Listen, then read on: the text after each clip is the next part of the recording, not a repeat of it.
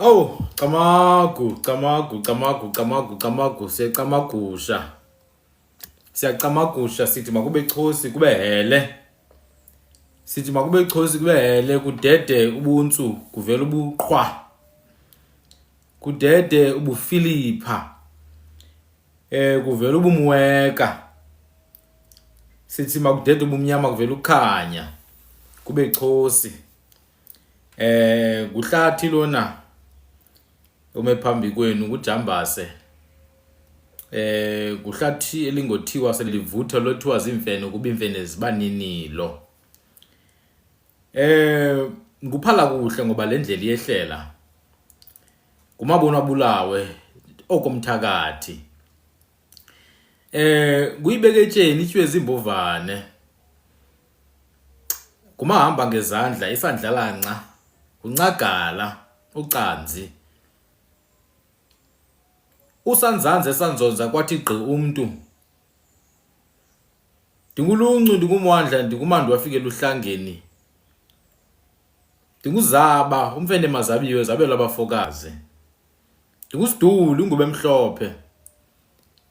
Ndingwakwageqa amatye, ndingwakwarhwala emgodleni.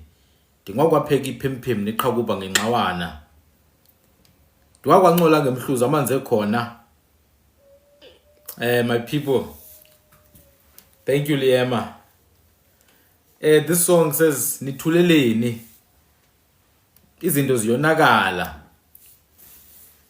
Why are you quiet? All hell is breaking loose, my people. Nithuleleni, izinto ziyonakala. And each one of us must understand that as referring to them, because ukuba siyathula akukho nto izawulunga. Xa sikhetha ukuthula sisindise loo ntwanana sinayo, akho kuza kulunga. Ikakhulukazi nina madoda, nithuleleni izinto zisonakala nje. Madoda, nithuleleni izinto zisonakala. Ilizwe elingenasidoda akulizwe. In the past few days, I've been noticing that there's an increased concentration towards the effort. There's so much effort towards destabilizing South Africa. And it comes in many different forms. Comes from one place, from the center of the spider's web. But the effort to destabilize this country comes in many different ways. I mean, just recently I heard that in Lesotho youngsters, young Basotho are being trained military style to take over some parts of South Africa. I mean, it was in the news, by the way. It's not something, it's not some conspiracy theory. It was in the news, different news outlets. I think even the government of Lesotho did comment on it, that there are Basotho youngsters right now in South Africa that are currently training to take over some lands. Apparently it's theirs, which would be interesting because even Lesotho is not theirs, so that's not even a question. But these things come after much international chaos has ensued. So whatever is happening now locally follows after what happened internationally. And it's not something of this year. It's something that's been happening for a very long time. There's been a lot of concerted effort towards the destabilization of whatever your Mandelas and your Mbekis and your Zumas were trying to build. I don't know what they were trying to build. I was not there.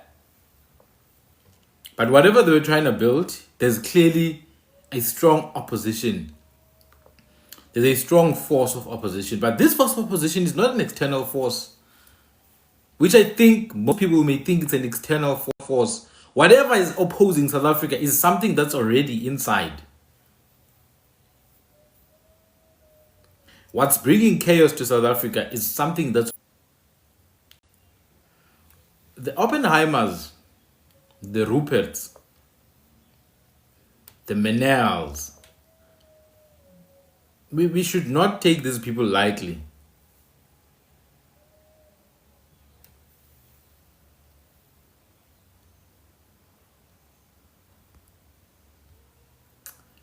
Somehow my connection is unstable now.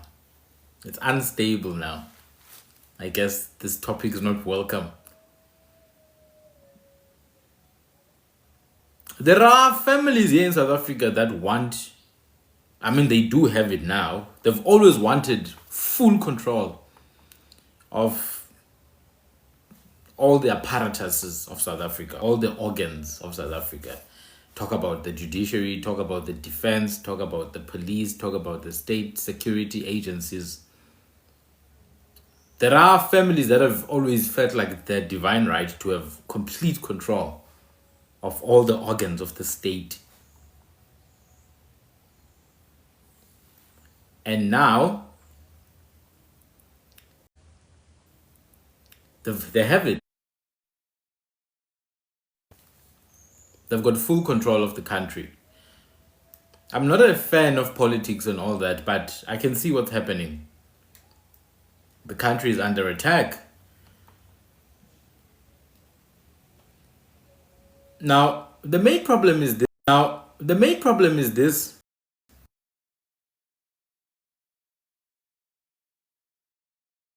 It's the country, it's the people of the country. The politicians, to say the least, are part of the problem. And I include the ANC, I include the IFP, I include the MKP, I include the EFF, I include Rise Mzansi, I include Good Party, I include the Democratic Alliance, I include Vryheid Front Plus, I include ATM. These different parties you see today, they all come back to the same source. Oppenheimers. I don't care about other people. The Oppenheimers are in charge. There's an organization called the Brenthurst Foundation. Kamago. There's an organization called the Brenthurst Foundation that recently closed. Now, this organization was formed in the early 2000s by the Oppenheimer family. It was formed in the early 2000s by the Oppenheimer family. But would you believe if I told you who some of the board members are of this Oppenheimer organization? They have an advisory board. And one of the most prominent people in the advisory board of this Oppenheimer organization is yours truly, Ian Khama of Botswana, former president of Botswana. Yours truly, Olusegun Obasanjo, former president of Nigeria. He's part of the advisory board of an Oppenheimer Foundation. Former president of Nigeria, former president of Botswana. Perhaps let me bring it closer to home. Kgalema Motlanthe, also part of this Brenthurst Foundation, which was founded by the Oppenheimer family. Kgalema Motlanthe. But perhaps let me bring it closer to home. This new guy, Kashalia, this new acting police minister that was appointed just now, he's worked very closely with the Brenthurst Foundation, founded by the Oppenheimer family. You heard in the news that there's going to be a national dialogue, and one of the prominent people in the national dialogue is no other than Lindiwe Mazibuko, also affiliated with the Brenthurst Foundation, the same foundation that was founded by the Oppenheimer family. In fact, the late Prince Buthelezi Ugatsha was also strongly affiliated with the Brenthurst Foundation, the same foundation that was founded by the Oppenheimer family. What I'm trying to show you is that all these parties, ANC, DA, IFP, they are somehow affiliated with the same person, same family, probably the most influential family in Africa. I'm not talking about Southern Africa. I'm not talking about South Africa. I'm talking the whole continent is run by the Oppenheimers. In fact, I saw a video of in the Brenthurst Foundation website. It was a performance, you know, those kind of performances of "We Are the World, We Are the Children," where different artists come together. This one now, it's not different artists, it's different politicians. But it's not just different politicians, it's politicians from different African countries. They're coming together, they're singing, "Oh, we're together, blah, blah, blah." Guess who's the lead singer there? The Ugandan so-called radical, Bobby Wine. He is the lead singer in a music video by the Oppenheimer organization. I repeat, Bobby Wine, the so-called radical, was a starring act in a Oppenheimer musical video. You can go to Substack. In fact, you can go to the Brenthurst Foundation. In fact, let me play it for you. Let me play it for you. Let me remove the background. I want to play this video. You will see Bobby Wine, the so-called radical. This is why I always say you must forget about heroes. Because all these heroes, you will be shocked at who's paying them to be your heroes. I'm going to play you a video. You will see Bobby Wine. You will see Gacha Buthelezi. You will see Khalima Mutlanti. You will see Lindy Mazibuko. You will see Helen Zille. You will see Alan Winde, the premier of the Western Cape. All these seemingly opposite peoples come together under the guide of the Oppenheimer family. Let me play the video for you so that you see what I'm talking about. Let me play the video. That's Bobby Wine right there. He's performing for the Oppenheimer family. That's Bobby Wine video now.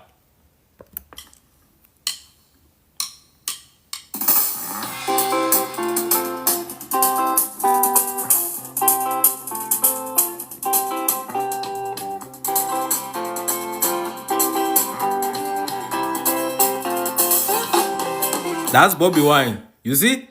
That is Bobby Wine, the so-called radical, the Julius Malema of Uganda. Right here, this is the Brenthurst Foundation. If you don't know anything about the Brenthurst Foundation, it's a foundation that has been dealing with the government thoroughly. In fact, in 2022, the government of South Africa released this. This is an official website of the government, DERCO. An official website, they released this. Why is the Brenthurst Foundation obsessed with Ukraine?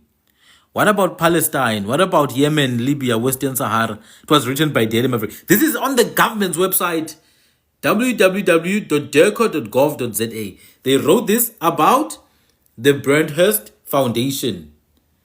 Who is the Brenthurst Foundation? Let me show it to you. Let me show it to you quickly so that you know exactly what I'm talking about. The Brenthurst Foundation is a Johannesburg-based so-called think tank established in 2004 by the Oppenheimer family.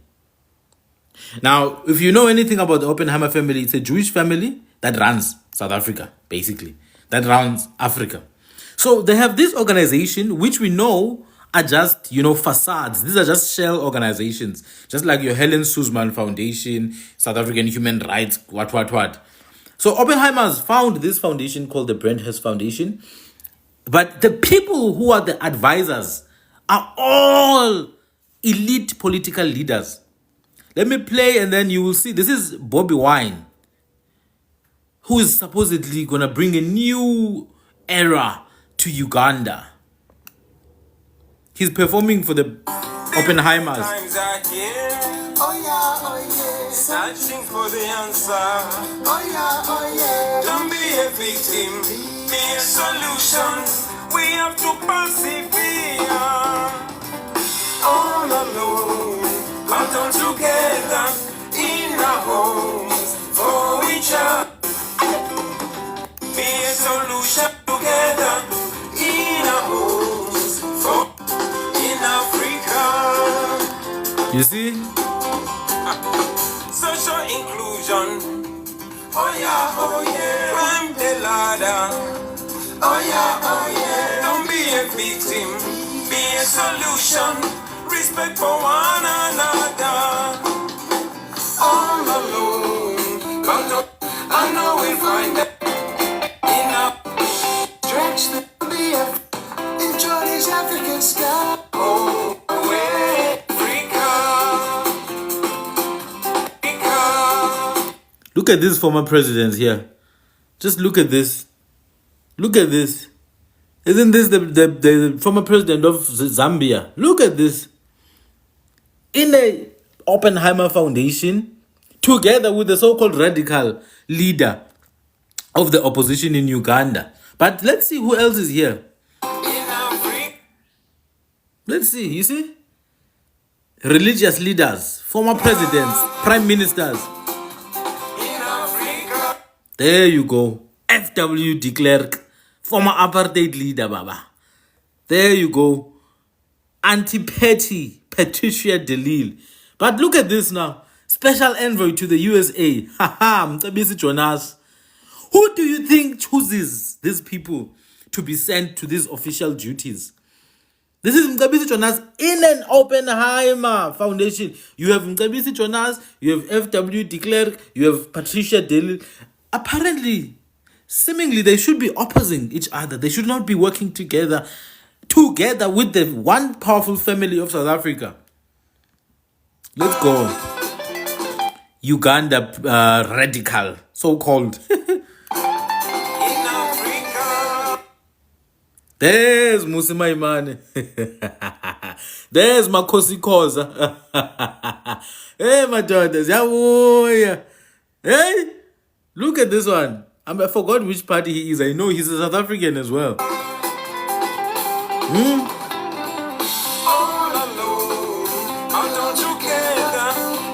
Yeah.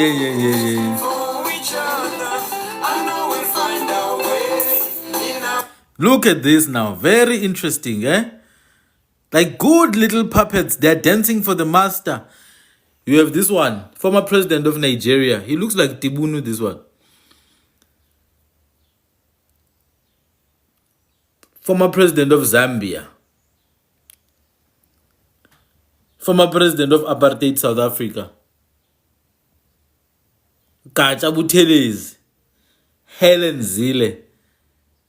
Prominent ANC leaders. Mtabisi Jonas. Khalima Motlanthe. What the hell is this? What are they doing?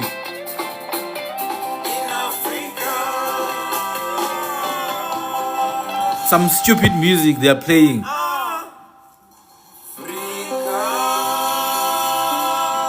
Look at this. They are giving them credits. Look at this. Starring Bobby Wine. The same Bobby Wine who wants to convince you that he's what? He's a radical leader in Uganda. Who's funding Bobby Wine? Who is funding Bobby Wine? There he is. He was with, what is this guy? Sizwe Mpofu Walsh. Just recently. Here he is. This is Bobby Wine, Sizwe Mpofu Walsh. This is Musima Imane, Sizwe Mpofu Walsh. You see the exact same group of people here. Bobby Wine is here. He went to Sizwe Mpofu Walsh. But let's play and see who else. You see? Joyce Banda, Khalima Motlanthe, F.W. de Klerk. Hey! Yeah, my dad. Look at this one. Musima Imane, Mtabisi Jonas. It's interesting that they come up together even here. On the same platform as well. On this very same platform. My people. Anyway, there's this thing I want you guys to check. Rob Herzog. There's a platform called The Political Economist. Rob Herzog, puppeteer or puppet. Check it out. So, what I'm trying to show you here, what I'm trying to demonstrate is that the battle of South Africa is not fought with guns. That one failed. You understand? It failed.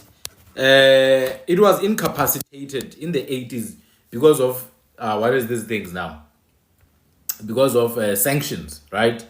So they had to find another way to fight the battle for South Africa. But one thing South Africans need to know, the people who were running this country before apartheid, before quasi-British colonialism, the same people who've been running the country since the 1600s are not going to stop now for some damn ANC. They're not going to stop for some stupid EFF. And that's obviously what they think about these groups. So every now and then you're going to see certain personalities that are going to come. These personalities who want to the country to stop focusing on race. You must stop focusing on race, man. Let's create jobs. As if jobs are the problem in South Africa. They are not the problem. They are a problem, but not the problem. The problem is much deeper, and it's dynasties that were created deliberately by colonial forces in this country. There's dynasties that transcend generations. The Oppenheimers are one of them. The Rothschilds are one of them. The Ruperts are one of them. The Menels are one of them. These are dynasties that are in charge of this country. But the Oppenheimers are even more involved politically across these different parties, across these opposition parties. You can go to the Patriotic Alliance, you will see Oppenheimer money. You go to Mmusi Maimani's Build One South Africa, you will see Oppenheimer money. You go to ANC, Oppenheimer money. DA, Oppenheimer money. Rise Mzansi, Oppenheimer money. All political parties, same funders. That should tell you there's a bigger thing at play here. Now, the dumb ANC think that they can take these people's money for a very long time and then once in 30 years try and do something to shake things up. Once, 30 years later, they think they can do that and get away with it. They do not realize that these people who've been feeding them all these years have the upper hand. And this is exactly what they're displaying now. They're displaying to the ANC that we have power to destabilize your country. We have power to destabilize your country. We have power to take over your country. We're going to use any tools available. We're going to use Donald Trump. We're going to use the Afrikaners, so-called Afrikaners, the likes of AfriForum, the likes of Solidariteit, the likes of, we're going to use the likes of Rob Hertzog, the likes of Helen Zille. The interesting thing is that all these people are foreigners. Rob Hertzog is actually a foreigner in South Africa. Helen Zille is a foreigner in South Africa. That fool of independent Cape Exit, I just want to see his name quickly. He's a foreigner in this country. You see, so our problem goes deeper than people realize. It's an international problem. It's an international problem. It's got roots in the country. It's got roots in the country, but it's an international problem. This is why you saw, yes, Phil Craig, the British illegal foreigner in South Africa, Phil Craig. But it's not just that. Like, Rob Hertzog is a Russian Jew who came here with his parents or grandparents, and then they were benefiting from Oppenheimer money, by the way. The Rob Hertzog, they benefited from Oppenheimer money. They were not this wealthy family that they always purport themselves to be. That Angloval that he always talks about, it was an Oppenheimer project anyway, just like Anglo-American and De Beers. Also, there was a lot of, in fact, the Oppenheimers were majority shareholders. So all these different pop-ups you see, your Gayton McKenzie's, your Rob Hertzog's, your Helen Zille's, Cape Independence, Cape Exit, and then now Lesotho, the youngsters are training to take over South Africa. And then you've got Eswatini, and then there's obviously rumors of Botswana having US operations going on there. So you have Eswatini, they are housing criminals there. We know Eswatini is a criminal project altogether, Nje. You've got Botswana now, apparently they are housing our enemies there. They are providing training grounds. You've got Lesotho now. Ukufa kusembizeni. Valana mazibuko. Kumele kuvalwa mazibuko. Now, even more interesting, the very same president of South Africa, before he even became president, he took the State Security Agency, brought it into the presidency. So the spies, he brought them under his full control. The spies, the intelligence apparatus of South Africa are now under the presidency. And interestingly, in the exact same time period that has happened, we've seen so many things that were not supposed to happening.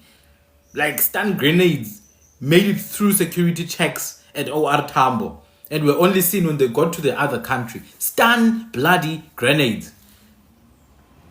Stun bloody grenades. So for me, it seems like an elaborate plan. An elaborate plan both by the ruling party. Okay, there's no ruling party anymore. The very ANC is complicit to what's happening to South Africa. Heck, I think they are part of the plan themselves. I think the ANC is part of the plan. I'm sorry, but I don't think they're trying to change things at this point. I think they're part of the plan.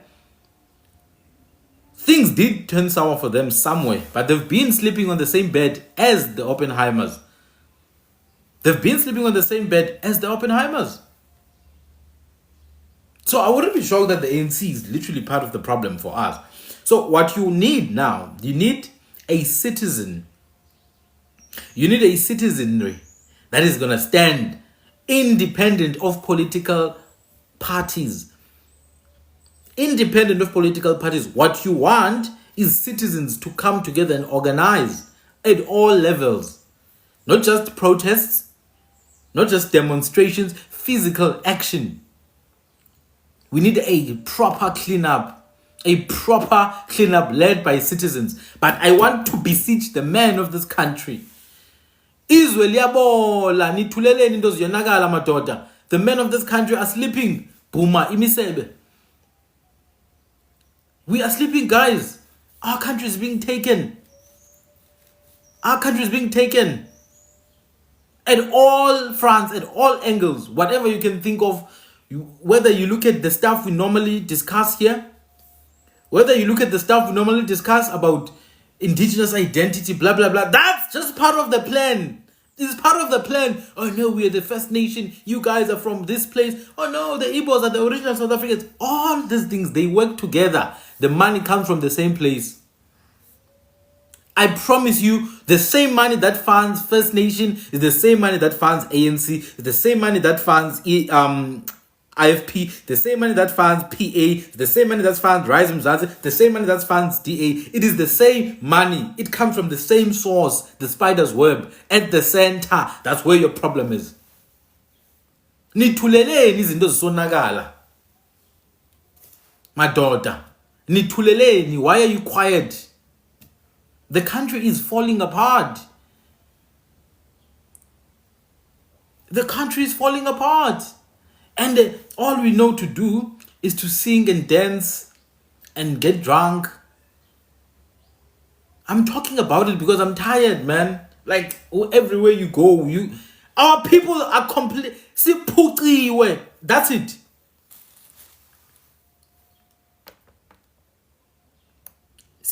Guys. Our country has been taken already. I was part of an organization years ago that was majority black owned, but there was not even a single black person in that organization. Not a single one. And this organization was actually getting funding from government. I repeat, they were getting funding from government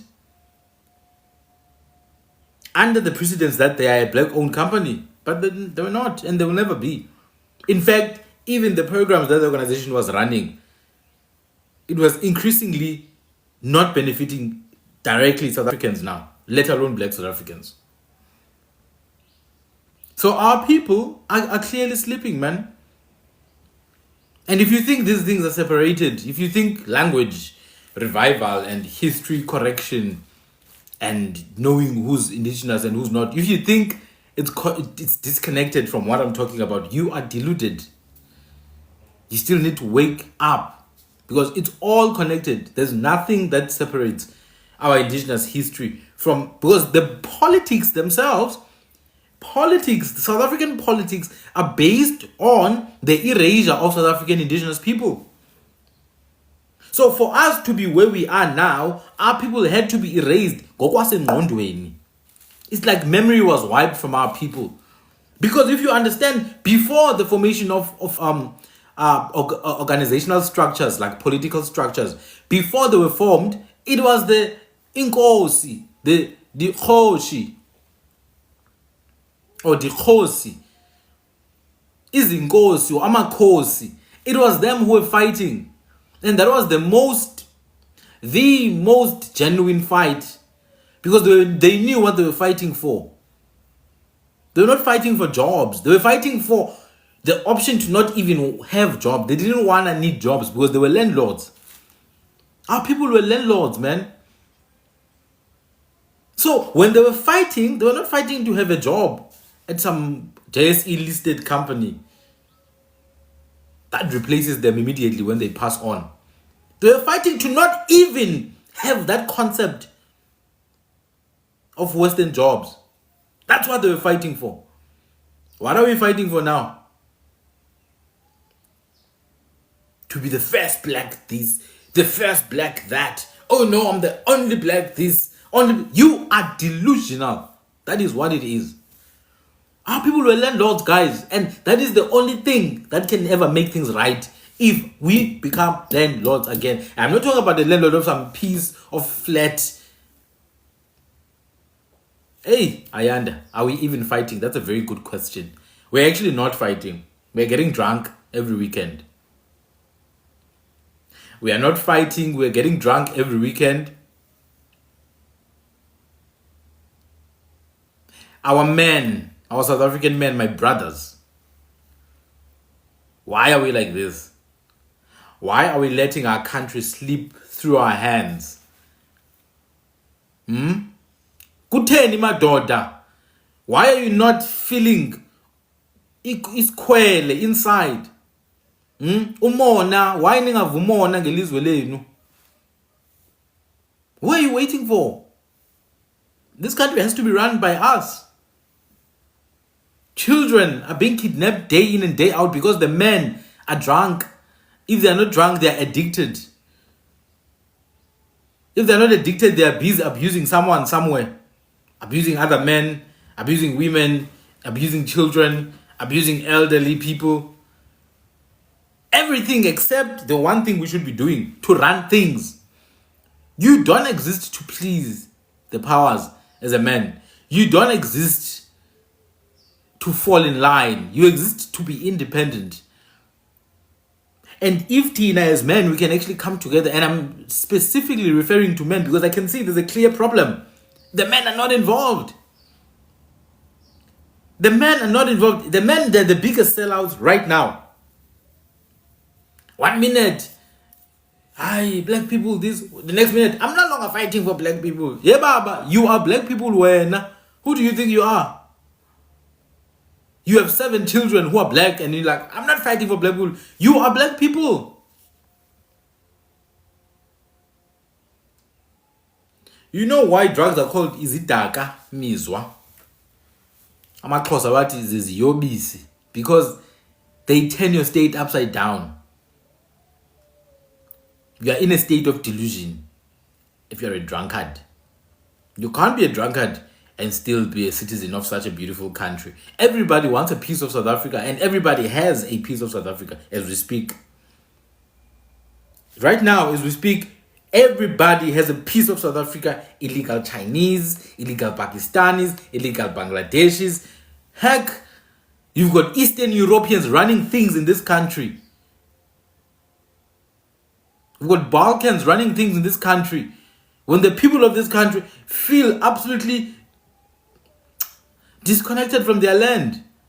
So it's not a matter of what is Julius Malema doing. It's not a question of what is Julius Malema doing. Forget about Julius Malema. Forget about Ramaphosa. Forget about them. They're not your saviors. I don't care what you've been made to believe. Politicians are not your saviors. In fact, they're part of the problem. Those elites, I remember maybe 5 years ago, which year is it now? I think maybe in 2018. In 2018, I was in Joburg. I was staying in Joburg for the most part. We drove to Hyde Park, Sandhurst, Sandown, those areas.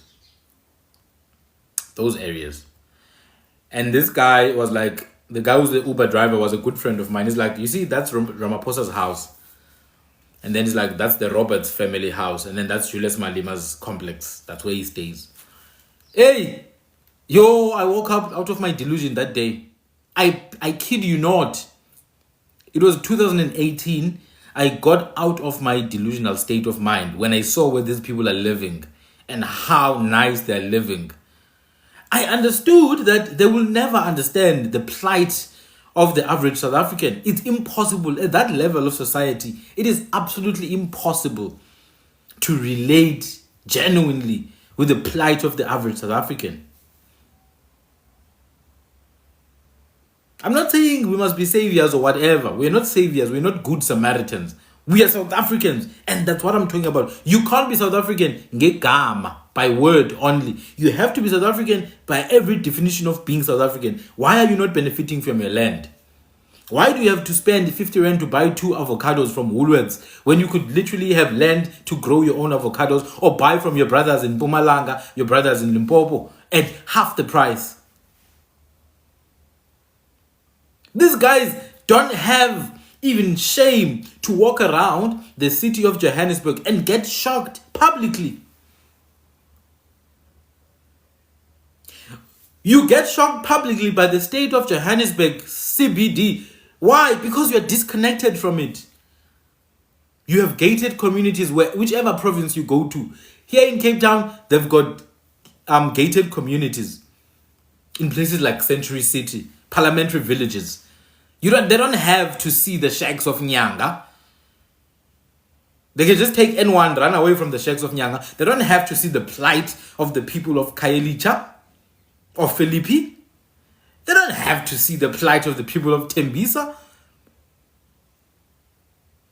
So, if you still have a hope that some politician somewhere, I don't care which politician, I don't give a damn which politician, I don't care. If you still think there's some politician somewhere who's going to help free you, you are delusional. If they haven't done it since 1994 to now, it's not going to happen. I'm sorry. It's not happening, guys. It's been 30 bloody years. In fact, this is the 31st year. Since 1994, things have gotten worse for the indigenous people of this country.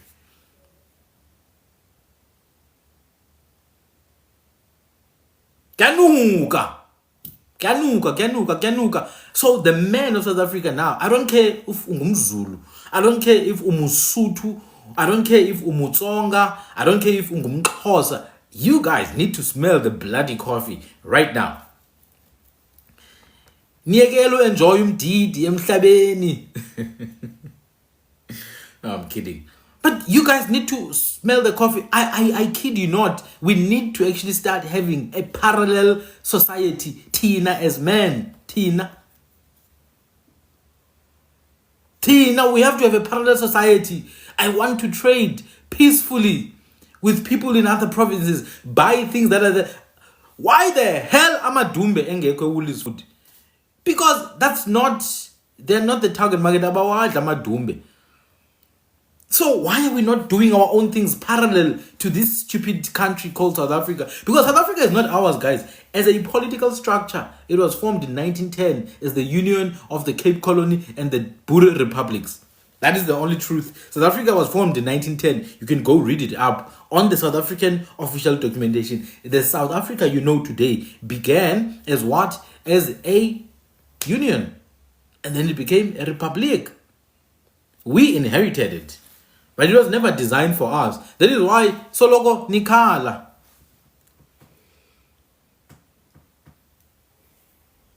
That is why Soloko Nikala. Nililela into engekho, because there's nothing that's going to change. The structure, the infrastructure at the lowest level is not designed to benefit you. I don't care what you can bring forward, but the politics are not going to help you.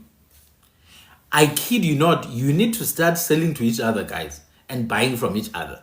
We need to start selling to each other and buying from each other. You saw now, Khalima Mutlande, Bobby Wine, Musi Maimane, Lindiwe Mazibuko, FW de Klerk, Helen Zille. How do you manage to get these people in the same house and they are dancing and singing? Hello, hello, hello. They are dancing and singing for the Oppenheimer family because, you know why? They are getting paid by the same group of people. They keep you in a state of delusion while they benefit from the country. These guys have got mines in Congo, man. They've got mines in Zimbabwe, mines in Angola. They've got properties outside of this country, properties in Dubai. These politicians, all of them, I don't care which one. Yeah, I don't care if you are related to some of them. This is the truth, and it doesn't care about anyone's feelings. Gosh. If Tina, we can control our purchasing power, if we can control our buying power, I promise you, we develop our own parallel society. That's the only way forward now. We don't even have one university, Etitina. That's there just to advance the interest of the indigenous South African person. There's not even one university that exists for that. None. The universities that we have now are trying to meet to match up with Western standards. I don't care what you can call. You can call it Xhosa University. If it still has to be rated by Western society, it's there to match up with Western standards, and that's it. That's it. And if the government is not on your side, the universities are not on your side, because a lot of these public universities are literally funded by the government for the most part.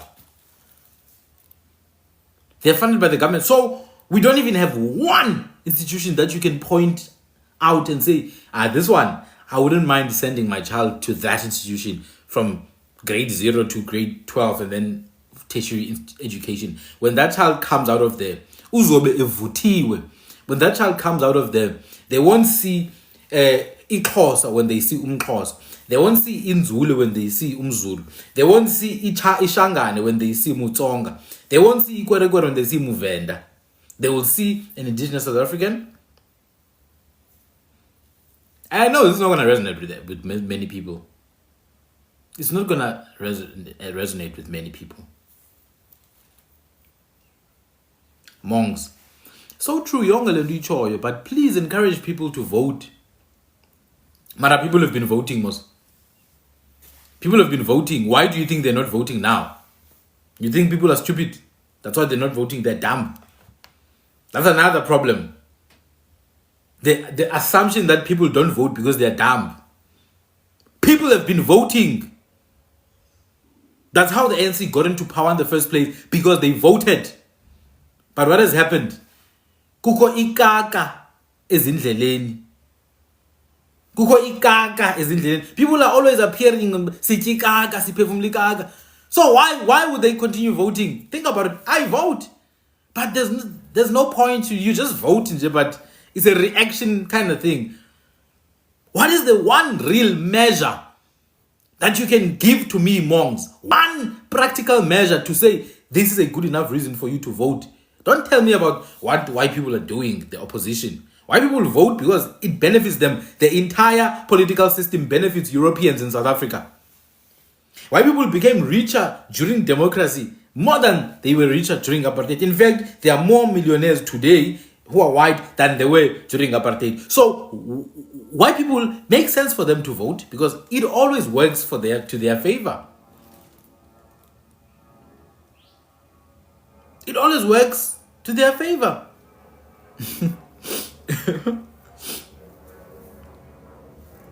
People can vote, man. I promise you they can vote. Right now in South Africa, nothing's going to change. The ANC has already been removed out of power. The ANC is already defeated. The next thing now you must prepare for as a realist is white rule in this country. That's what you need to prepare for, Wenaka. That's why I'm saying we need a parallel society. I must be able to buy seeds from you without going to Woolies or Checkers. I must be able to buy seeds directly from you. We use couriers and you send them to me, whichever province I'm in. You must be able to buy clothing from me. I must be able to offer tutoring to your children. You understand that? Online. We must build the infrastructure, man. Whoever follows after us will build on top of that. If you don't do this, I kid you not, we will always be slaves to the system. We need a parallel, a shadow state. Yeah, too.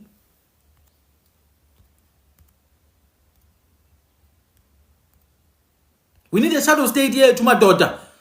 Why are we not training ukdubula?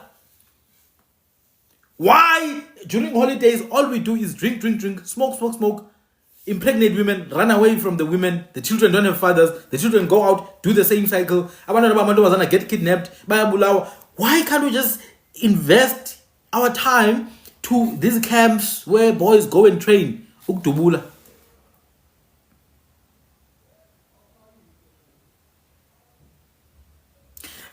Boys need to go and learn ukdubula, defensive and offensive.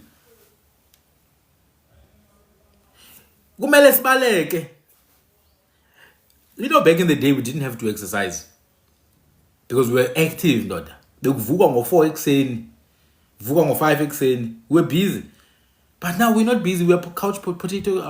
You understand? That's why we need to have actual camps. I want us guys to have actual camps.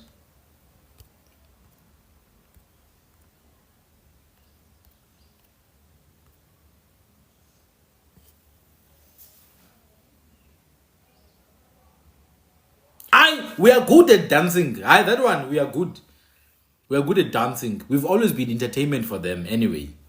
If you noticed, all the adverts, all the adverts, we are always dancing and laughing there. Omo, Samarika Omo.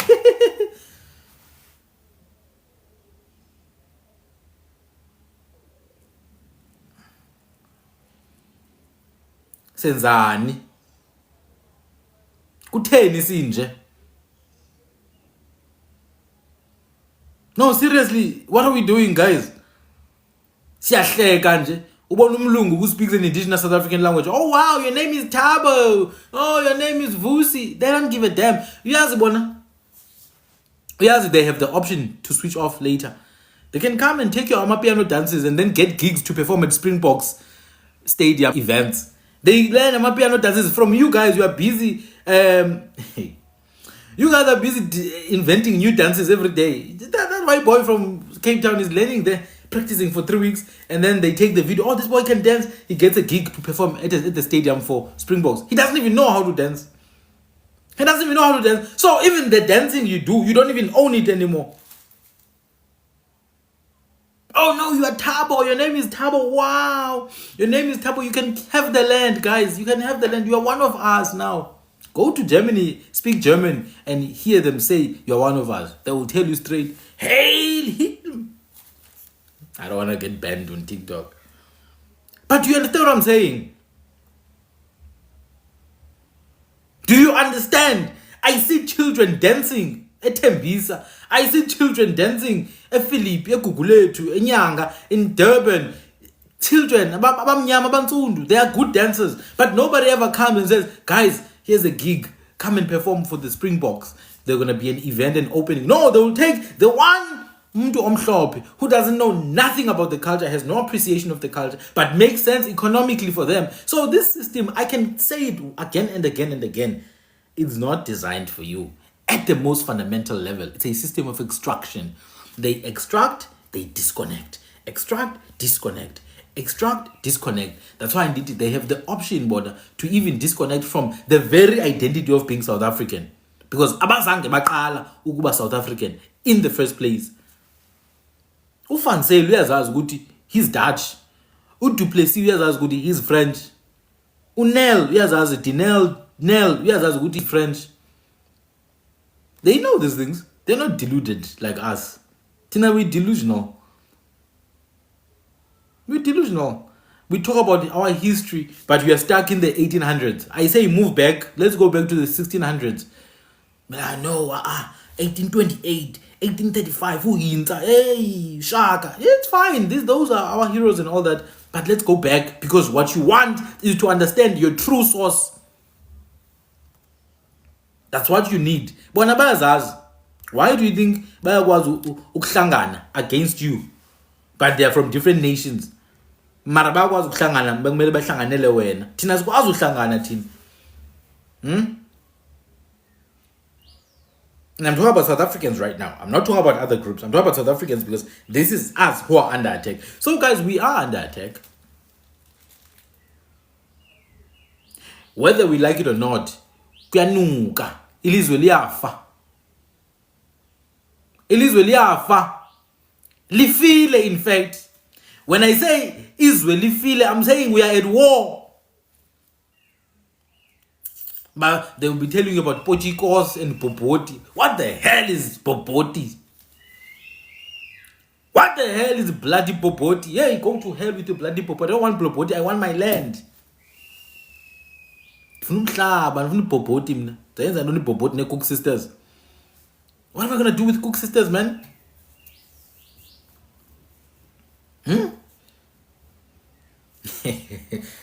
National dish of Nook. Eggs and leave sauce. I will never eat your bloody boboti. I don't even know what it tastes like. I'm good here with my indigenous food. And I'm happy. The boboti. Aye, South Africans, they love boboti. What is boboti? I don't even know what it is. Like, I'm not even lying, guys. I don't know what it is. I don't know boboti. I've never seen it. And where I grew up, baninzi abantu. But zange ibona ibhoboti. Even biltong, they say it's theirs now. Kodwa thina kudala sathetha ngomqwayito, umqwayito wenyama, inyama iyaqwayitwa, inyama iyaqwayitwa inhlanzi. We know biltong, fish and meat and fruits. Apparently it's theirs now. Oh, biltong, African culture, braai. Kunini soja, kunini sosa inyama. Ukosa, it's our culture, mos. It's our culture, kosa and ukoja. It's braai, baba. Hey, braai weekend, poke, go poke. Hey! Kwaze kwanuka ezweni. Nithuleleni izinto zisonakala. The guy was selected as an acting police minister. I don't know these people's name, by the way. Let me check his name. The acting police minister, Firoz Kachalia. This person works with the Oppenheimers. ABC Jonas works with the Oppenheimers. Do you understand the depth of this smelling pit we are in? ABC Jonas, special envoy to the US, he gets paid by the Oppenheimers and Firoz Kachalia. So I'm asking you now to use your mental faculties. How does the president come to decide that somehow all these people who are aligned with a specific powerful family, how does he decide? Or does he even decide? Or maybe he gets a lead story. Okay, take this one now. Perhaps he gets a list. And not just these ones, even the so-called GNU, the Minister of Home Affairs. What nonsense is that guy busy with? What is Scriber doing? When's Hani? What is that guy doing? The Home Affairs Minister. He opened a branch now in Australia. Who's that branch for? I can promise you, the one in Australia, the service is always perfect. The thing is always online. The system. Do you know how much I struggle to access Home Affairs when I try to sort out my my passport stuff? Do you know how much I struggle? And I can't even go to the branch without some damn appointment. When I go to book an appointment, there's no slot for like 4 months. And I'm like, what's going on? Do we even have an Home Affairs? But he's not competent. He's not incompetent yena ke ngoba ngumlungu. So kumele yena sithule si understand ngoba ngumlungu. Kodwa babe kungumuntu onsundu, uthiwa he's incompetent. Cadre deployment. Cadre deployment. Oh no, they're deploying their cadres. It's not cadres. It's just people who are not aligned with Rupert and Oppenheim. So they must be removed. Kufaka abantu aba aligned. Even if it's Mcebisi Jonas. Wow. So all the commotion you see about Starlink and that fake billionaire guy, Elon Musk, fake genius. That one. You know people who are being given information by the CIA and act as if they are inventing things. Come on, man. Come on, guys. Come on. You should know. You should know that now ancient civilization had way more technology than what we see now. But these CIAs and these governments, they have this information. They choose to release what they want to release, and they choose to blog what they want to blog. Come on. That fake inventor of things, Elon Musk, all the commotion you were seeing there is part of a bigger ploy to deviate attention from the real issues. It was embarrassing to see Ramaphosa going there. He goes there to save the US-South Africa relation. There is no US-South Africa relation. The only relation that there ever was is USA apartheid South Africa relation. That's the only relationship that Donald Trump understands. That's the only relationship that can ever exist. The USA and apartheid South Africa. Ramaphosa is an idiot in thinking that he can go there to save the USA-South Africa relations. They never existed. This is a completely different South Africa.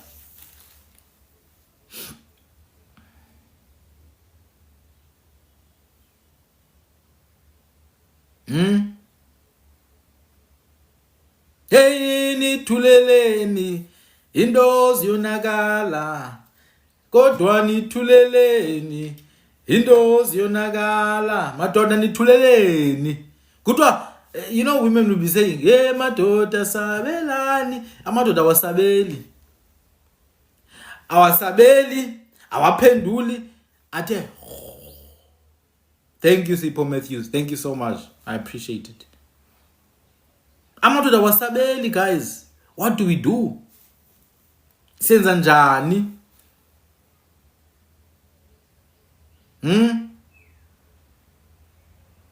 So I just wanted to say, when I played that video of Bobby Wine singing together with Lindiwe Mazibuko, Helen Zille, and then they put a picture of FW de Klerk, they put Kgalema Motlanthe, they put Hichilema.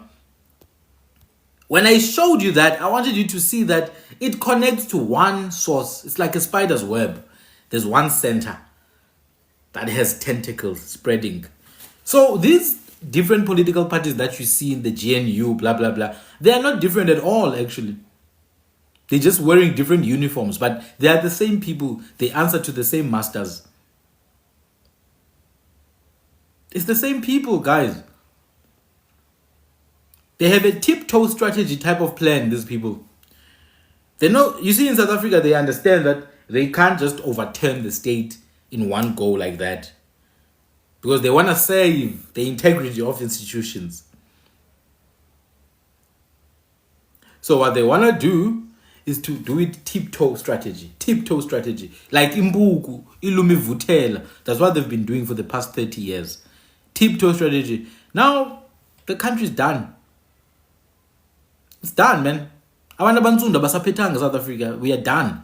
That's why Rob Hertzog feels like he has the right to say it's bullshit that people complain when 70% of all the wealth in the JSE is in the hands of Europeans. He says that's bullshit if you complain.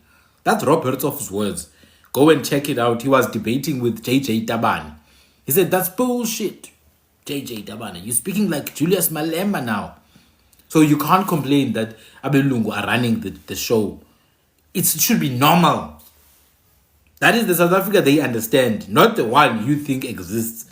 The South Africa they understand is South Africa where if it rains, the people who walk on the pavement, abantu abansundu, the people who drive, abantu abamhlophe. That's the South Africa they understand, that if you go to a restaurant, the people who serve, abantu abansundu, the people who buy, abantu abamhlophe. That's the South Africa they understand.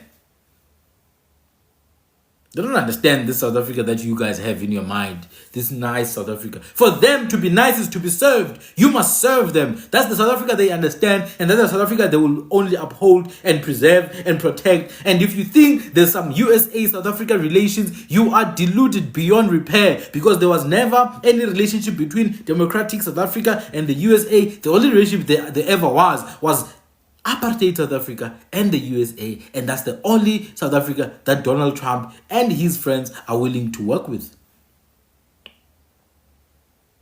So they will attack at all angles. You need to prepare. Amanzi azongena endlini. Amanzi azongena endlini. How kunobathana? Oh. You see, when we say ziyakhala, zizokhala. Ziyakhala already. Ziyakhala already. So kumele sihlangana Zulu, sihlangana Xhosa, sihlangana Msuthu, sihlangana Mupedi, sihlangana Muvenda, sibe sisiya ngakhona. You know how they won in the first place? You know how they overcame these different chiefs and inkosi basically. You know how they overcame them? By not fighting them as one unit of indigenous South Africans. They fought them individually. That's how they defeated Amakhosi, by fighting them individually.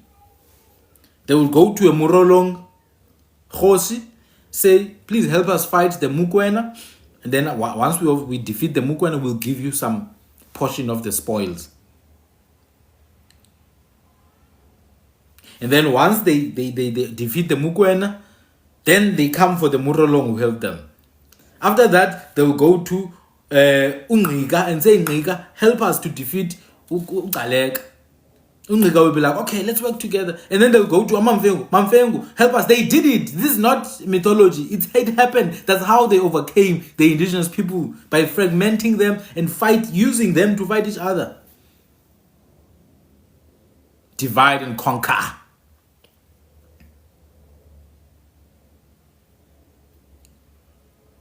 So don't you ever be delusional and think this is a Xhosa problem or a Zulu problem or a Venda problem. All angles, ziyakhala, ziyashuba. In KZN, they're there, full force. In Eastern Cape, they're there, full force. In Limpopo, they're there. In Northern Cape, they're there. In Northwest, right now in Eastern Cape, because they want the oil in the waters. Shell is putting up a fight. And do you know what Shell is? Shell and engine here in Africa are run by a Dutch company called Vivo. Vivo Energy. I know them because I once did a project for them. It was an IT project. Vivo Energy runs Shell and engine across 23 different African markets. Madagascar, Burkina Faso, all these different countries. So here in South Africa, they're still independent like Shell and engine, but Shell is busy trying to explore oil in the oceans of the Eastern Cape. And the people are fighting back. But do you know what's going to happen? The fight is going to take a completely different turn, because they're not going to come aggressively now. They will use people like myself, so-called intellectuals, to come and host public hearings and dialogues and all that. But they're not going to rest until they explore that ocean in the Eastern Cape, Baba. They're not going to rest until they explore the gas in the semi-arid areas of Northern Cape and Northwest. Look at Limpopo now. The Arabs are taking Limpopo right in front of our eyes. They are taking Limpopo. You have KZN. Eastern Europeans are there.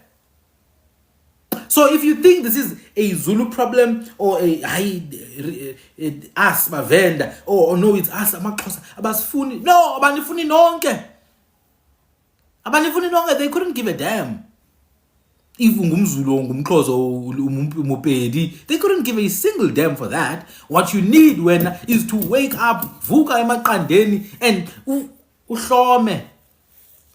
Vuka uhlome nivala mazibuko. Cape Town, they've taken it.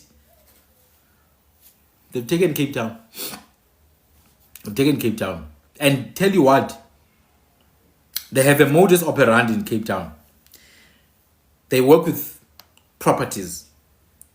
They squeeze the the natives out of Cape Town with prices. They use international prices, dollar prices, pound prices, and then they squeeze you out. Right now, most people in Cape Town, majority of people are outside Cape Town. They say Bonaba, they live in Cape Town, but in reality, they are outside. They don't even see Cape Town with eyes when they're in their houses. Did you know that? Did you know that most natives in Cape Town don't even see, like with their eyes, Cape Town? In fact, a lot of Cape Town born people have never seen Cape Town. A lot of youngsters.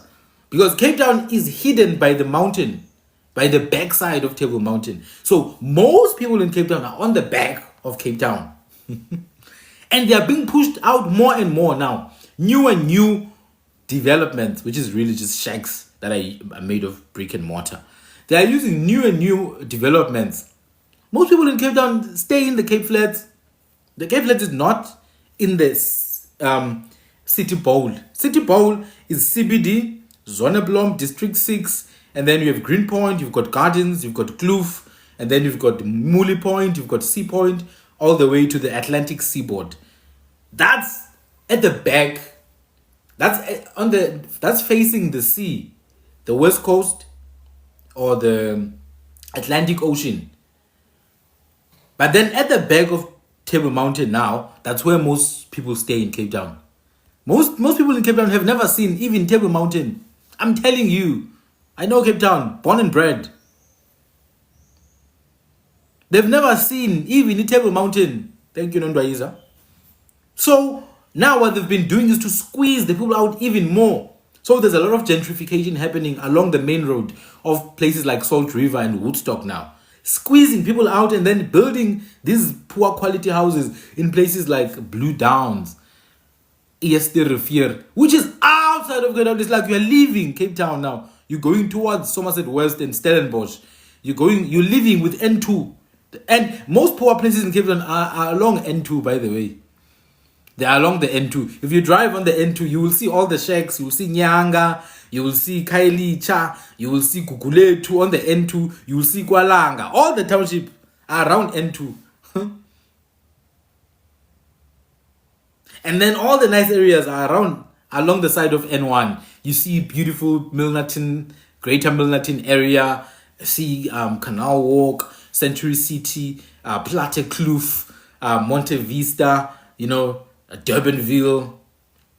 All those areas, you access them with N1. Anyway, what I'm saying is, here in Cape Town, property is owned by foreigners. You see places like Sea Point and Greenpoint, the points, they like the points. Sea Point, Greenpoint, Muli Point, they like them. And a lot of these foreigners, they tend to be Jewish or Germans. And then you've got another side of Cape Town. We call this side the West Coast side. Not even West Coast, actually. Milnerton area, Bloberg Strand, Big Bay. Yes. There, you've got a lot of European international syndicate bosses in places like Big Bay and Bloberg Strand. Places like Big Bay and Bloberg, you've got a lot of Europeans, criminals. They like that place. It's a safe haven. There was some time ago when I used to do Uber. Some time ago. And I would do Uber there, around Big Bay, Bloberg, because I stayed near the area. Do you know the amount of times I had people in my car who are actually selling drugs with the trip? So they'll request a trip, have 5 stops, and then they're dropping off packages. It's only I realized later. And the places where they're dropping the packages, this is a true story. Yes, Atlantic seaboard. The places where they're dropping Atlantic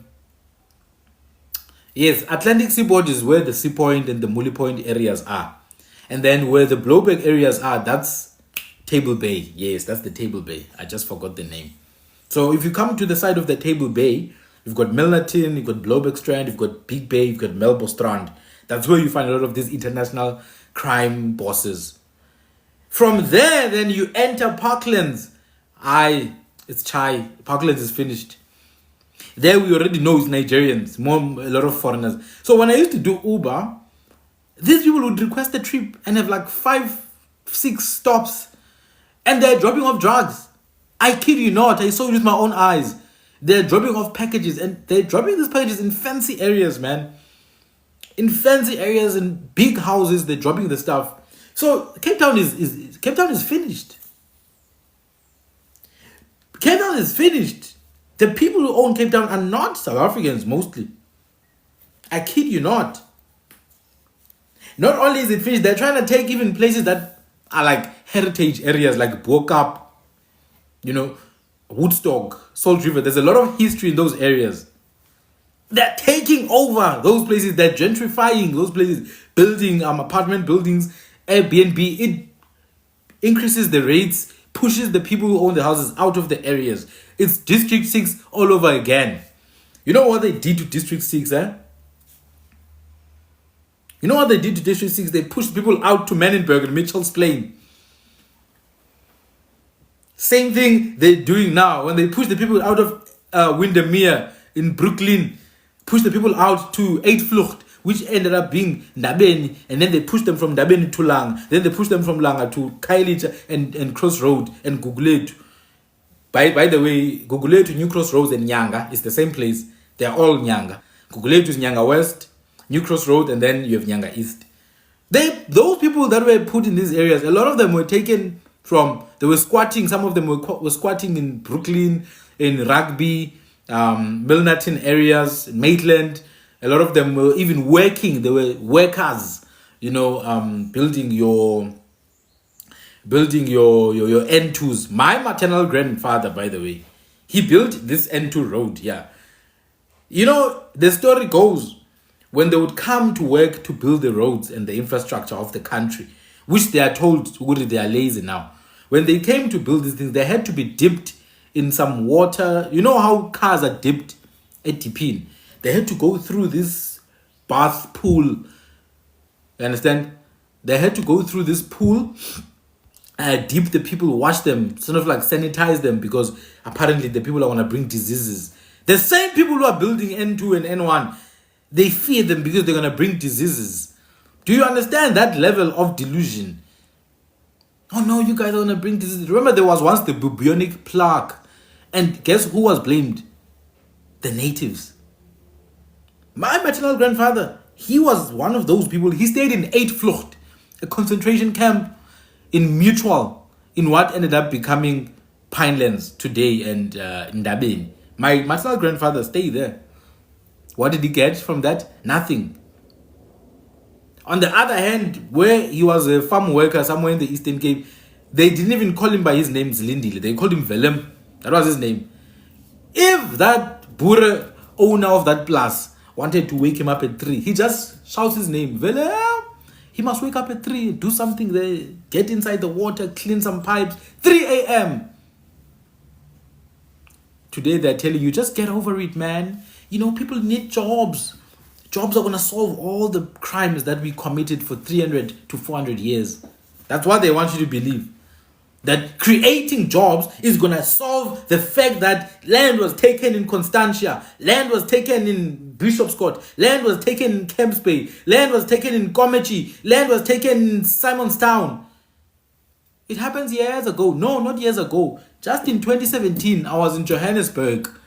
A woman called a young colored boy Popochan. When I went to ask her, why are you calling this boy Popochan? She was like, even you are Popochan. You are a baboon. Both of you. Do you understand? She said it to me, an Afrikaans lady, and I know she goes to the Dutch church, the NG Kerk. I know she goes there. Because that's the suburb I lived in. That's the church. She called that boy a baboon. The boy was probably 8 years to 9 years old. He's on this tiny bicycle. The road is going down. So he nearly hits her in the corner. He nearly hits her. So it's a child, man. She was so angry. You, Papa Chan, watch out. I'm like, no, you can't call a child that thing, Mos. She's like, no. You as well. It's not just him. You're also Papa Chan. So don't worry.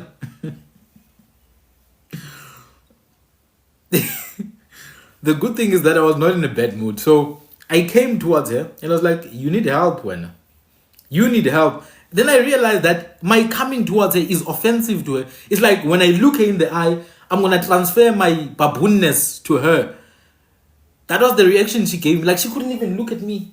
It's like the closer I get to her, the more she's going to become a baboon as well. So I realized, no, man. So I must go close to this woman. I need to go close to her. I want close, Baba. People who are passing with cars, they were shocked. What's happening here? And she's wearing a cross, a Christian cross. So I'm like, no, you're a Christian, but you're sick. It's like, you people don't love God. So it was crazy, man. So when they say it was years ago, what are they talking about? Do they refer to the millions of students across the country every year who don't have a place to sleep in universities? That was not years ago. It's happening right now. I know a child who's barely 19 years old who had to sleep at the student center for 3 weeks here in Cape Town because they couldn't give her a place to sleep. And she was born in Cape Town, grew up in Cape Town. She's not from another province, but she couldn't find a place to sleep. So when was this years ago that you're talking about? Because I don't see abantwana babelungu not having places to sleep at university. At University of Johannesburg, they've got a kitchen that used to be run, when I was still there years ago, that used to be run by Gift of the Givers. At the University of Johannesburg, there is this kitchen that used to be run by Gift of the Givers. And guess what people were there? Was it white people or was it black people? Eating at the kitchen of the Gift of the Givers every single day because they didn't have money to buy anything. So the whole thing of, no, it was years ago. They don't give a damn about that. They don't even care if it was yesterday. What they're saying is that you, subhuman creature, accept what we did to you and move on because there's nothing you can do. It's our divine right to mistreat you. That's what they're telling you, and that's what you're not hearing. Nowadays, you don't have to read between the lines. Read the lines that are not there to begin with. The things they're not saying are the things that you should be listening to. And all of these things I'm talking about are happening under the watch of the ANC. And someone is telling me, oh, people must vote. Haven't you been watching the news? Haven't you been watching the news? Can't you see who's working with the 28th gang? Can't you see who's working with the 26th gang? Do you not see who's working with the cash in transit gangs? Do you not see who's working with these people? Can you not see that it's the politicians that you're telling people to vote for? People need to start selling. People need to start owning.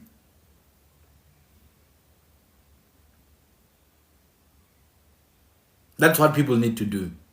They can vote. People can vote because it's their right.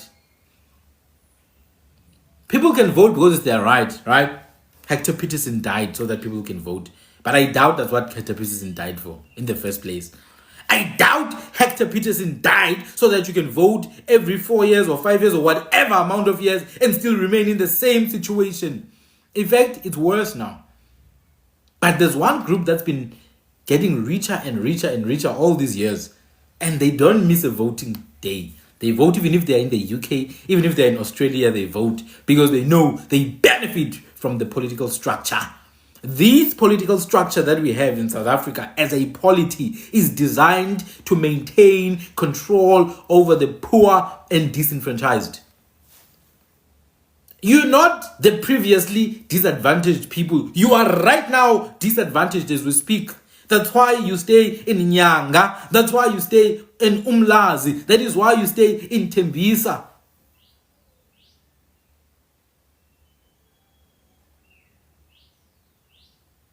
That's what it's about.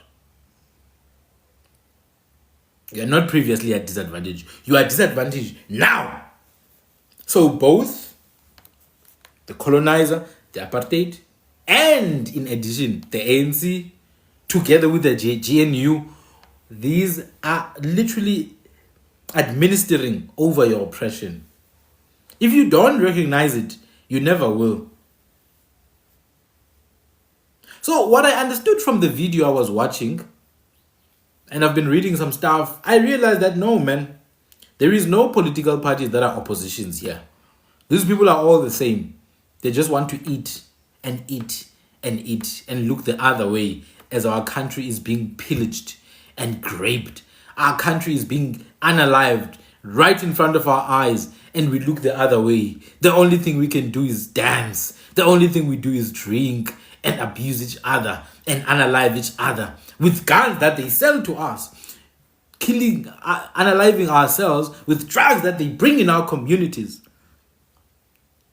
So, what's the way forward now?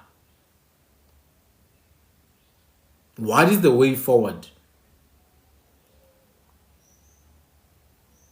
I understand what it's difficult because our people don't have land. I would really love to buy food that is planted by our own people. I would love to buy vegetables, fruits, seeds, non-perishables from my people. So we need to start building those pipelines. We need to start building those pipelines. There must be a real active economy where we sell amongst each other, buy from each other, provide services to each other. Now, you see, services is the easiest thing to start with because we can say, oh no, we don't have land, but services don't need land. They don't even need physical space. What I'm doing right now, I'm providing a service. So what we can do is to actually find a way to structure the monetary value of services. One, we must find a way to structure the monetary value of services and do pool financing in pulling the resources together. I've started on my side. I was approached by a doctor. Doctor is in like someone who's a PhD to teach their children. But then the doctor realized that no, it's not even the children. It's not even the children that need the education. The doctor also needs the education. So I've started with a project now. It's a 6-month project of undoing, unlearning, relearning and growth with the basis on indigenous knowledge systems through the pedagogy of language focused. So I have a language focused project that I'm doing that starts next week, August, to next year, January, where people are paying monthly. So I've got about 9 people now. They're going to be paying $250 monthly to join the program. That's me offering a service. Knowledge that I've gathered. Knowledge that I've gathered over 15 years of my life. But not just that, with indigenous knowledge that is not accessible to 99% of people in this country. So I'm doing it online. People were saying, let me do it in person, but it doesn't make sense. Some of the people who are part of the program are in the USA and they want to learn. So I'm doing it online via Microsoft Teams. I have a channel that I'm running there. And then I use also Google Drive. And then we may also use other servers online. So I do have literature, I do have audio files, I do have videos. What I'm planning to do by the 6th month, I want people to graduate from the program. By the 6th month, I want people to be able to say, look, I have a direction now. I know my ancestors used to mine gold. I'm going to go into mining and I'm going to do it in an indigenous way. Look, I have direction now. I understand my ancestors' in-depth knowledge of agriculture. I'm going to go the livestock route. After that 6 months, I want you to say, look, I understand it now. My ancestors were rainmakers. I'm going to take this, go the meteorology route. I understand it now. My ancestors were Sanusis, they were Sangomas. So I'm going to be a teacher. So I'm equipping people with those skills now through an indigenous lens. It's going to be an unparalleled project. I've already been doing it, but now I've decided to do it officially. Those who want to join, inbox me. I'll give you all the details. Obviously, I can't give you the details now, but I'll give you the details. There's a group I'll add you to if you're really interested. And then next week, Thursday, we're going to have a session. There's already like about 8 people in the group. So that's what I'm doing. For those who are not able yet, go to my YouTube, Sandile Tukani, join the YouTube channel. You guys can become a member, by the way. You guys can become a member of my YouTube channel now. You can share, you can give gifts, whatever those things are, super chats, super stickers. I encourage that, by the way, way more than TikTok subscriptions because it's just a scam. But it's a critical turning point. If you want to know who you are, it's a critical turning point. The education system in South Africa, who do you think decided the curriculum? Or all the different curricula? Who do you think designed this curricula? Do you not know that our education is decided by organizations that are influenced by George Soros in the USA?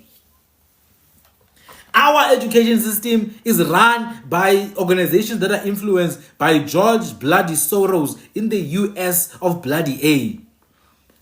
You cannot expect them to tell your children the truth about who your children are. It's designed to maintain the exact same standards. What are those standards? That Nina, you are subhuman creatures and you don't belong here. But in North Africa, you get there, they will tell you, hey guys, Tina snazi. You go to West Africa, snazi, Tina, you don't even look like us. Do you understand? So there has to be a point where you guys stop seeing the government or politicians as saviors. They are not saviors. They are not your gods. Politicians are not your bloody gods, black people. Wake up. Wake up. These people are criminals, man. The people in parliament are criminals. They are there to take advantage of your simpleness. Our people are simple. They need someone to guide them. Do you not understand that you are divinely born with a right to self-define? You don't need someone to tell you how to be. So with the knowledge of our ancestors, we take inspiration and decide how to be. You need to take action. Right now, we have to be proactive in deciding how things are going to be going forward for us. We cannot wait, sit down and wait. Oh, ANC, oh, Ramaphosa, bloody hell. How much they believe in themselves. They leave their countries, come to our country and open a party and call it Cape Independence Party. That's how confident they are. They don't need someone to tell them how to be. They leave their countries. Russia, like George Herzog, they come in, they tell you, I deserve to run your life. That's what George Herzog is telling you. Helen Zille leaves her country of Germany, comes here and tells you, you deserved colonization and you need to be grateful because we built roads. Although the roads were not built for you, they were built to take away from you. But you better be grateful anyway. That's how they are confident in their right to exist, in their right to dominate, in their right to run things. Why do you need permission?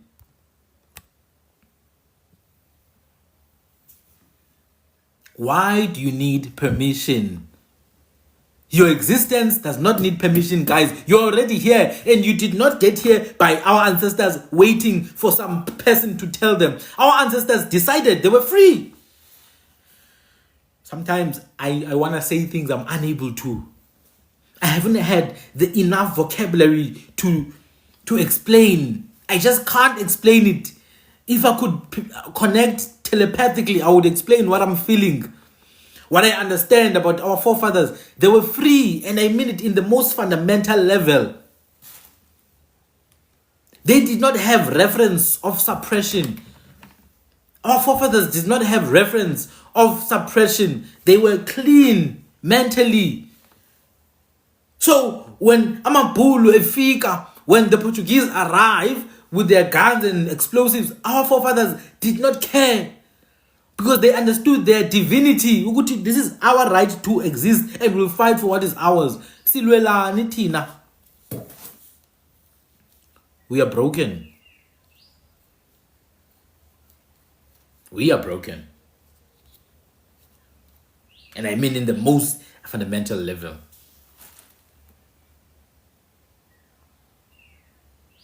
We are broken.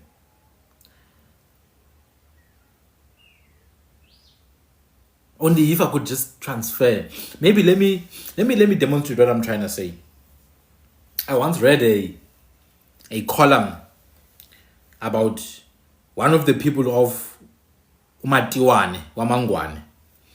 When they first encountered guns, I found it emotional when I was reading how he described what a gun is. As the first people to see guns, how they described guns. He says, and horses. He says, he saw men coming towards him. In the bottom, they had 4 legs. In the top, they had 2 heads, head of a man and a head of a beast. These men carried sticks, but these sticks, bezigabha umlilo. These sticks released thunder, and this thunder came with little balls. These balls will unalive you from a distance. That's how he described Western technology. So as they are watching from across the river, these sticks that are being carried by these people who have guns are shooting balls, and these balls are creating holes in the body, and their fellow men are falling into the ground. They did not understand what is happening, but he says they were like, thina singamabandla kamatiwane kamasumba asifuyi ngamva. Do you understand? Even if they saw explosives, they understood the risk, but ababuyi ngamva because they are a sworn people by bloodline. They know who they are. That's what I'm talking about. Their identity does not shift based on who's in charge or who seems to have more power or what seems to benefit and not benefit. Their identity stays the same. They have loyalty to themselves. What are we loyal to? What are we loyal to, man? So do you understand that everything is comes back to our identity? We don't know who we are. We don't know who we are. We don't know where we come from. And I promise you, when you start to unravel those hidden gems, I kid you not, what you're going to feel inside is unparalleled. It's unparalleled. It's a sense of freedom you've never experienced. The knowledge of self cannot be compared to anything.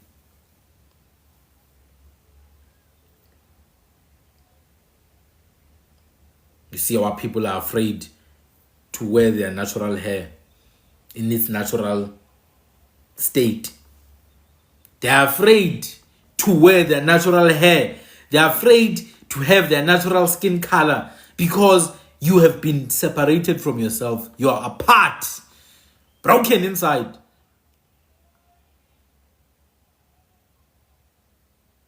Vukani nivale amazibuko. Vukani nivince amazibuko. So our solution then starts from fixing apha. We begin by fixing here. We begin by removing the impurities of centuries of oppression and brokenness. We fix the impurities. Valana mazibuko madoda. Nithuleleni izinto zonakala. There's no future for the children of Black South Africans. If things continue the way they are, there is no future. I kid you not. So when we say valanum zila, gadanum zila, gadanum da, it's not just politics. It's not just by voting. It's everything. Everything needs to be in synchrony with everything else. Absolutely everything about us needs to be synchronized to everything else because that's our natural state. We are outside of that state, man. We are outside of our natural state, our optimum state of being. We are outside of it. That's why we are behaving abnormally. We are shattered. But there is hope because with reviving who we are, and when you revive who you are, you need to revive your language. You need to revive your tradition. You need to revive your history. By history, I'm not talking about just amasiko in the sense of going to the mountain or in the sense of umemulo or intonjani. I'm talking about everything. Industry, economics. We have traditions in those things. I talked this other time about gated investments, that the concept of investment has nothing to do with Europeans. We've always had it.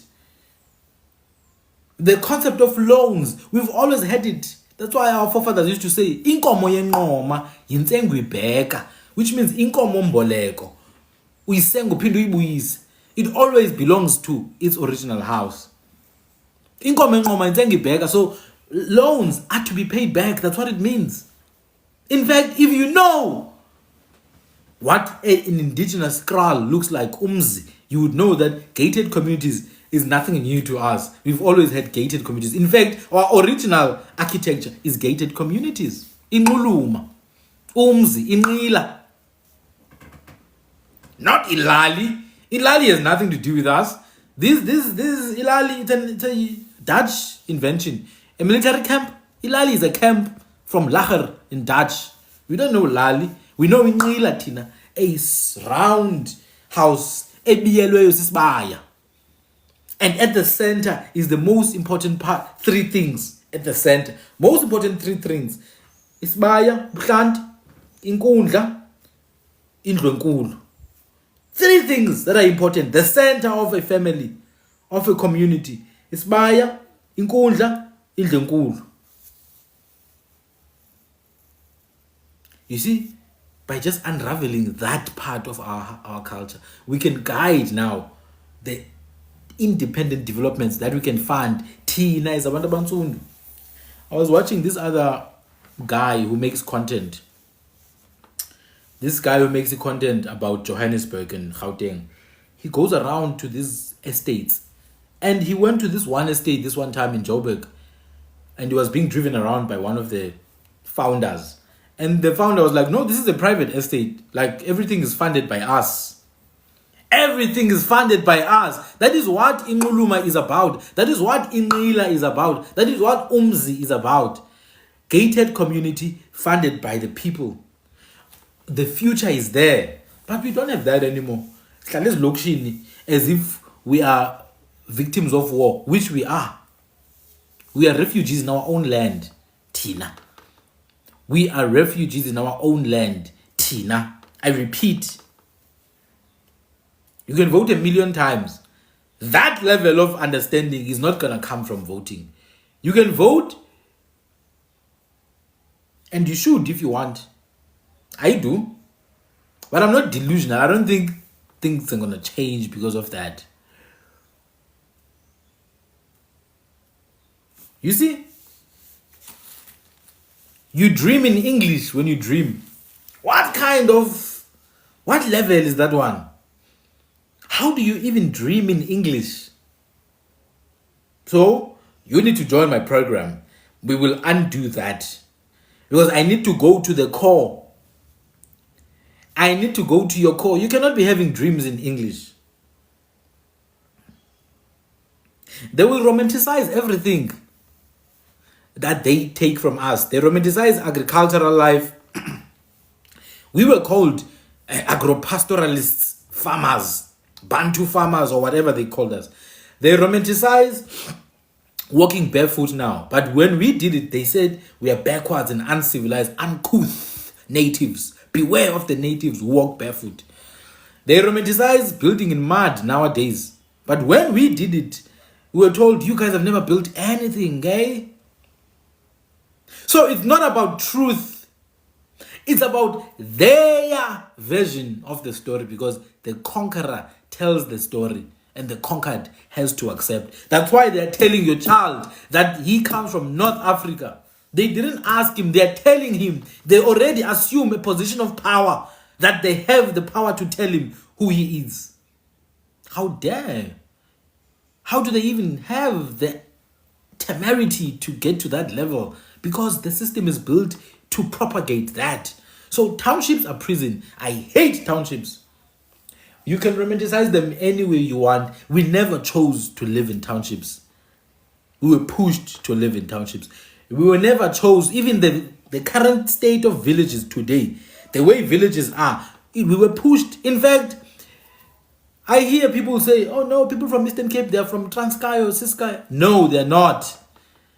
Transkei and Ciskei are literal homelands. People were pushed to those bloody places.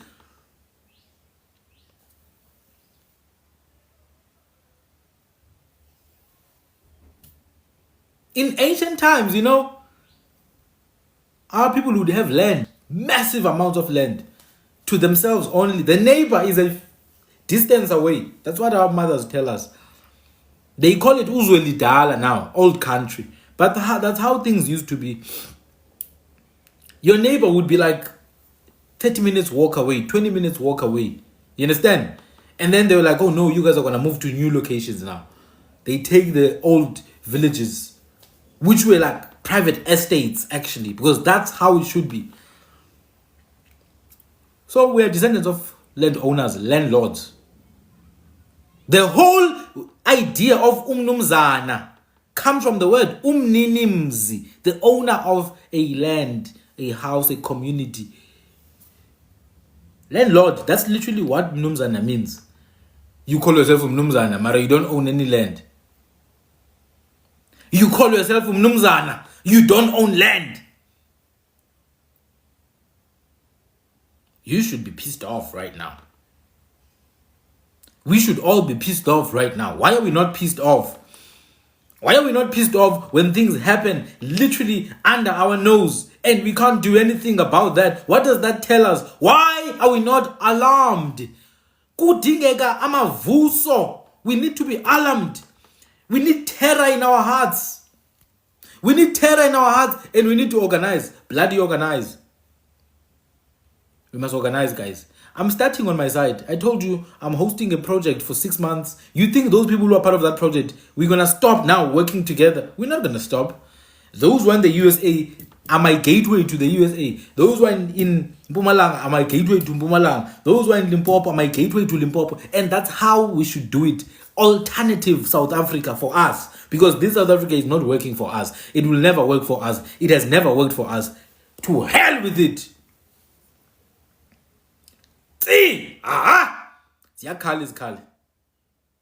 So now you're asking me, how do we prepare? You start with the most accessible thing you can do. Use digital platform to spread the word. Use a digital platform to offer your services. Do you understand, guys? Like, I'm not delusional. I'm not saying we're all gonna own land suddenly. I'm just planting seeds. But what I can do right now is to offer the knowledge I have to those who want it. Monetize it. Use whatever that platform to build an even bigger platform. In that bigger platform, I will add more services. Sell products. I'm someone who's into natural healthcare, alternative healthcare. I've got experience selling natural African products like shea butter and black soap. I've got experience doing that. I still have my products even now. Give me a minute, I'll show you actually.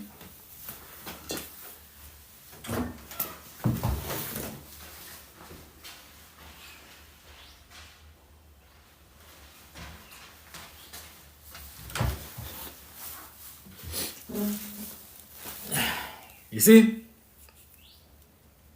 this is mine. This product belongs to me. I've had this one for 2 years now, I think. This is organic shea butter. Organic whipped shea butter. I own this brand myself. Organic, and this is the name of the group of companies I'm building. And then, yeah. So I've got experience in this field. But it's not just this. I have something else to show you. This right here is stinging nettle.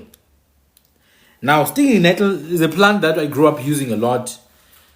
Its names are names like imbabazane, or ichau, or uchalakajane. Those are the names of stinging nettle.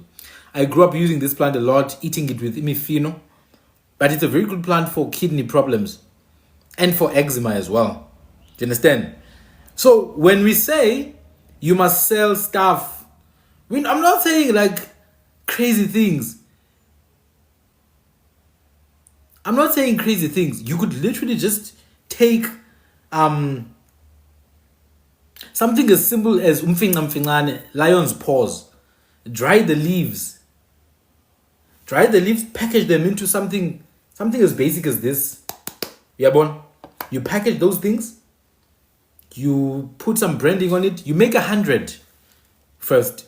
You make 100 of those things. And then you sell it. After you sell the first batch, you will have learned some lessons.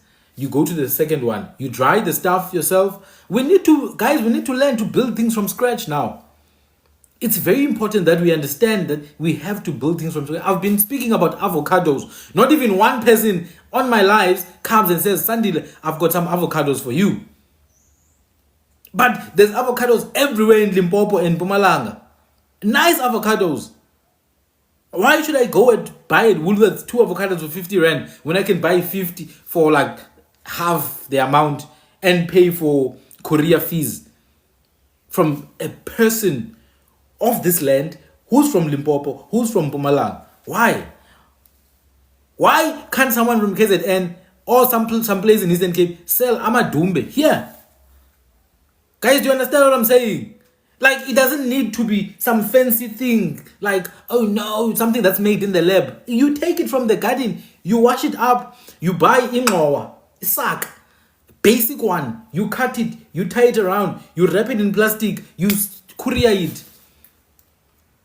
That's it. Land expropriation without compensation. When that land was taken, there was no national dialogue. When that land was taken, there was no constitutional amendment that had to take place. When that land was taken, ha!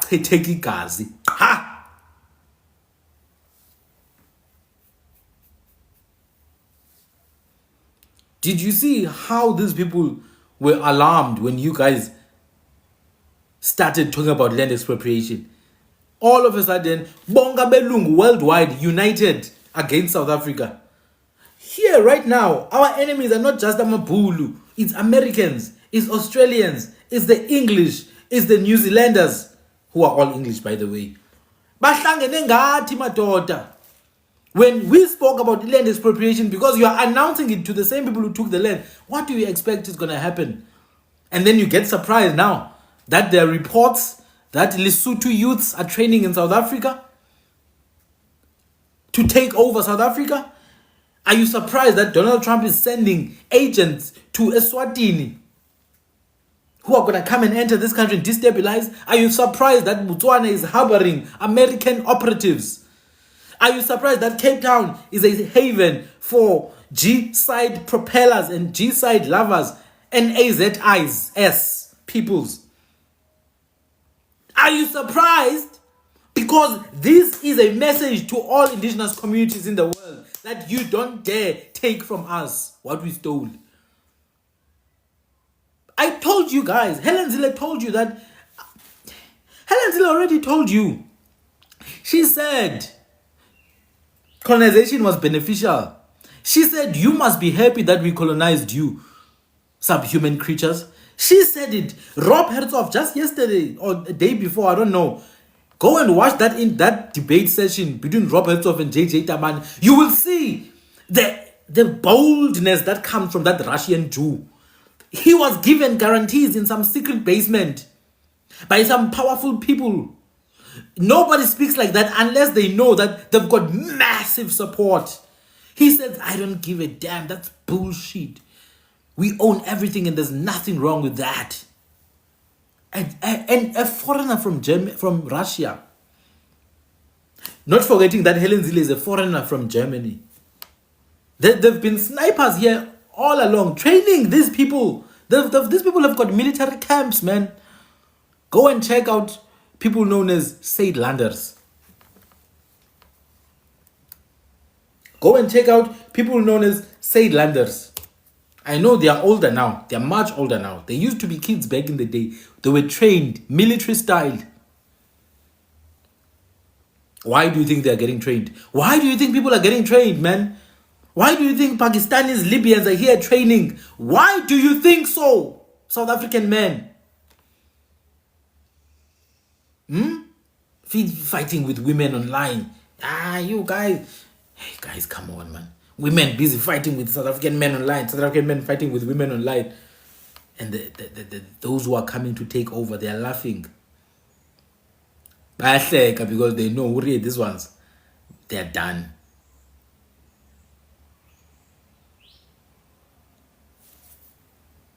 The war never ended. The war never ended. It's actually about to get really hot. It's about to get really hot because what you see happening in Gaza, what you see happening in Palestine is exactly what they want to do in Cape Town. with the Western Cape, then the Eastern Cape and Northern Cape. Like the old Cape Colony, guys. And then Natal. Remember, they had Natal as a colony as well. And here we are. All we can think of is Savannah and Amapiano. Amapiano are nice and all that, but come on, man. Do you guys know how things are going to change in the next 5 years? Guys, things are going to change in the next 5 years. I promise you, things we've never seen before are going to start happening.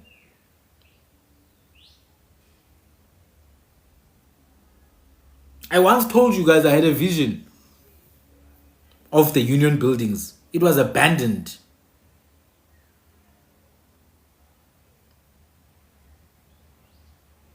It was abandoned. The union buildings were abandoned. Windows open. Pipes, that irrigation pipes, just sprinkling, sprinklers sprinkling. There's nobody. And I saw spirits who are in female form. They were hovering. They were not walking. They came to me, and when she spoke, it sounded like voices of 10 men in one go. Nobody is safe from our insolence. Do you understand how many right-wing ethno-nationalist organizations that exist in this country? You think these security companies are just security companies? Look at most of the people who own them, and you think it's a mistake that they have security companies. Come on, guys. G4S, ADT. Who do you think owns these companies?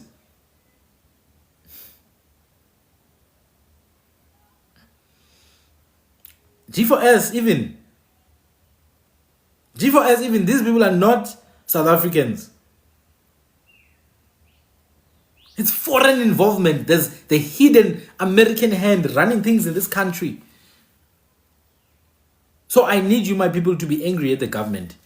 But anger is not going to sort what we're talking about here. We have to start training children.